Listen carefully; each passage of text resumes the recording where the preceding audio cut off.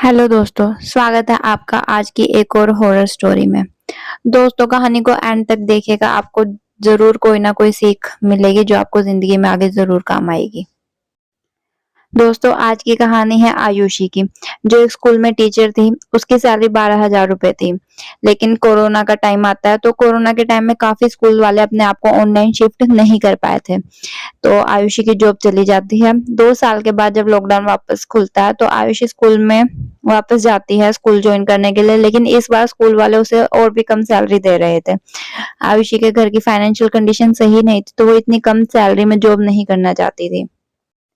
तो आयुषी डिसाइड करती है कि वो और स्कूल्स में इंटरव्यूज देगी और जॉब देखेगी। वो ऑनलाइन भी काफी जगह अप्लाई करती है, लेकिन कोई अच्छा रिस्पॉन्स नहीं आता, उसे जॉब नहीं मिलती है।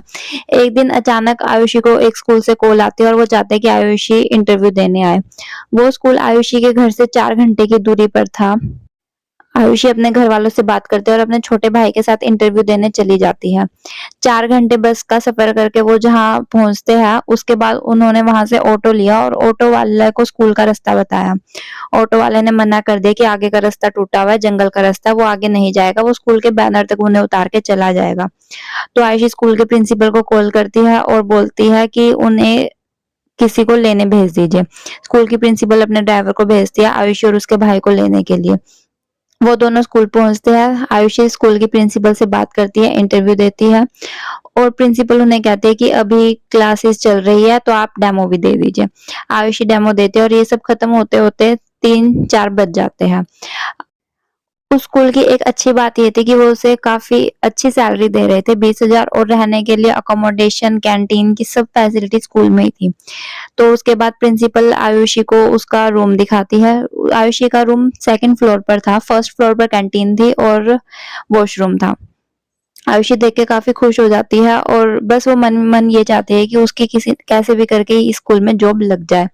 आयुषी और उसका भाई फिर घर जाने के लिए निकल जाते हैं। घर पहुंचते हैं और अगले दिन प्रिंसिपल की कॉल आ जाती है कि आयुषी, तुम्हें सिलेक्ट कर लिया है, तुम्हें कल से ही ज्वाइन करना होगा। आयुषी के पेरेंट्स इस बात से खुश नहीं थे कि वो इतनी दूर रह के जॉब करेगी। वो चाहते थे कि आयुषी शादी करे और लाइफ में सेटल हो जाए, लेकिन आयुषी जॉब करना चाहती थी। वो अपने पेरेंट्स के अगेंस्ट जाके स्कूल के लिए निकल पड़ती है। उसे स्कूल पहुंचते पहुंचते उस दिन काफी लेट हो जाता है और वहां पहुंचने के बाद ऐसा ही होता है, वो प्रिंसिपल को कॉल करके कहते हैं कि किसी ड्राइवर को उसे लेने के लिए भेज दीजिए। आयुषी जब तक बैनर के पास पहुंचती है, ड्राइवर वहां खड़ा होता है, लेकिन इस बार ड्राइवर उसे बाइक से लेने आता है क्योंकि कार प्रिंसिपल के ऑफिस में पार्क खड़ी थी।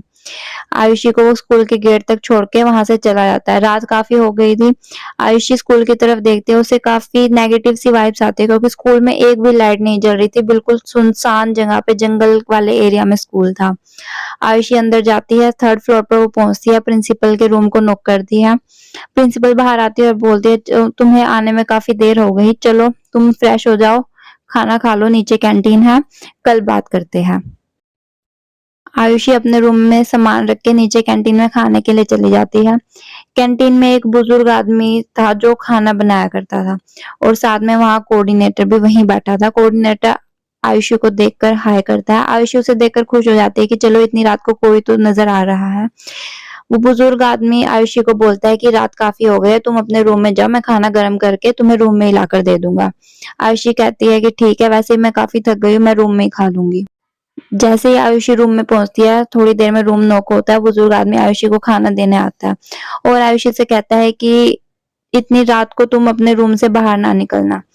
ये सुनते आयुषी को थोड़ा अजीब लगता है, तो फिर वो बुजुर्ग आदमी कहता है क्योंकि जंगल के एरिया में स्कूल है, यहाँ कभी कभी जानवर आ जाते हैं, मैं सिर्फ तुम्हारी सेफ्टी के लिए कह रहा हूँ। आयुषी बोलती है ठीक है।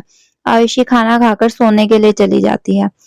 अचानक रात को उसकी आंख खुलती है तो उसे सुनाई देता है कि जैसे छत पे कोई 3 बार ठप ठप ठप ऐसे आवाज आती है, जैसे छत पे कोई हो। वो अपनी बालकनी में जाकर देखती है। जैसे ही बालकनी में जाती है तो देखती है कि सामने घना जंगल, पेड़ ही पेड़। ये देखकर आयुषी डर जाती है और वापस बेड पर आकर भगवान का नाम लेके सो जाती है। अगले दिन सुबह हो जाती है, प्रिंसिपल के रूम में जाती है और प्रिंसिपल से पूछते हैं कि मुझे कौन सी क्लासेस को पढ़ाना है। तो प्रिंसिपल कहती है तुम्हें 9th-10th के स्टूडेंट को साइंस और कंप्यूटर पढ़ाना है। आयुषी सोचती है मैंने आज तक 8th क्लास से ऊपर किसी को पढ़ाया नहीं है। फिर भी वो कहती है ठीक है चलो। आयुषी क्लास में जाती है तो देखती है उसने 4 सेशंस लेती है और चारों क्लासेस में बच्चे 10-12 और बच्चे ऐसे बिल्कुल कमजोर, कुपोषण के शिकार, जैसे उन्हें खाने के लिए भी कुछ नहीं मिलता हो। आयुषी पढ़ा देती है, उसके बाद वो वहीं लैपटॉप में बैठ के अपनी क्लासेस के बारे में सर्च करती रहती है, नोट्स बनाती रहती है। आयुषी जब से स्कूल में आई है उससे काफी नेगेटिव वाइब्स आ रही होती है, उसे वहां का खाना भी पसंद नहीं आता। वहां का खाने में काफी ज्यादा ऑयल होता है। आयुषी ने कई बार कैंटीन वाले से कहा है कि उसके खाने में ऑयल कम डालो, लेकिन जब भी वो ऐसे कहते हैं उसके खाने में ऑयल और ज्यादा बढ़ जाता है और खाना खा के उसका पेट भी खराब ही रहता था। लेकिन आयुषी को ये जॉब तो करनी थी अपने लिए, क्योंकि वो शादी नहीं करना चाहती थी, अपनी फाइनेंशियली वो स्ट्रांग होना चाहती थी। धीरे धीरे ऐसे टाइम बीत जाता है। कुछ ही दिनों के बाद एक और नई टीचर वहां ज्वाइन करती है। आयुषी उसे देखकर काफी खुश होती है। दोनों एक ही रूम में रहने लग जाते हैं शेयर करके। तो आयुषी उसे बताते हैं कि उसे रात को ऐसे डर लगता है। तो जो नई टीचर आई थी वो आयुषी को भगवत गीता देते हैं और कहते हैं तो इसे अपने तकिए के नीचे रख के सो जाना। तो ऐसे ही होता है। आयुषी को उस दिन काफी अच्छी नींद आती है, लेकिन अगले ही दिन जैसे ही वो कैंटीन से खाना खाकर वापस आते हैं, उन्हें तकिए के नीचे वो भगवत गीता दिखाई नहीं देती। उस टीचर को भी अजीब सी चीजें फील होना शुरू हो जाती है। दोनों काफी डरते हैं। रात को उन्हें काफी आवाजें सुनाई देती है, लेकिन वो अपने रूम से बाहर जाकर देखते नहीं है। एक दिन हिम्मत करके वो सोचते हैं कि आज तो वो प्रिंसिपल से बात करेंगे इसके बारे में। जैसे वो दोनों प्रिंसिपल के रूम के बाहर पहुंचते हैं तो वो सुनते हैं कि प्रिंसिपल कैंटीन वाले से कह रही होती है कि तुम इन्हें खाने में क्यों नहीं दे रहे हो, अभी तक ये दोनों मरी क्यों नहीं है, हमें इनकी बलि देनी है, अपने मालिक को इनकी आत्माओं को सौंपना है। ये सुनकर वो दोनों काफी डर जाती है और अपने रूम में आकर छुप जाती है। थोड़ी देर में प्रिंसिपल उनके रूम में पहुंचती है और कहती है कि क्या तुम्हें मुझसे कुछ बात करनी थी। वो दोनों घबरा जाते हैं और उनसे मना कर देते हैं, नहीं ऐसी तो कोई बात नहीं है, हमें आपसे कोई बात नहीं करनी थी। प्रिंसिपल उन दोनों को ऊपर से नीचे तक देखती है और चुपचाप वहां से चली जाती है। आयुषी और वो जो नई टीचर है वो दोनों अपने घर फोन करके उन्हें सारी बात बताती है और अगले दिन उनके घर वाले उन्हें लेने पहुंच जाते हैं। वो प्रिंसिपल काफी ज्यादा फोर्स कर रही थी घर वालों को कि इन्हें यहाँ से ना लेकर जाओ, लेकिन घर वाले प्रिंसिपल की एक भी सुनने को तैयार नहीं थे और आयुषी को और नई टीचर को दोनों को वहां से लेकर चले जाते हैं।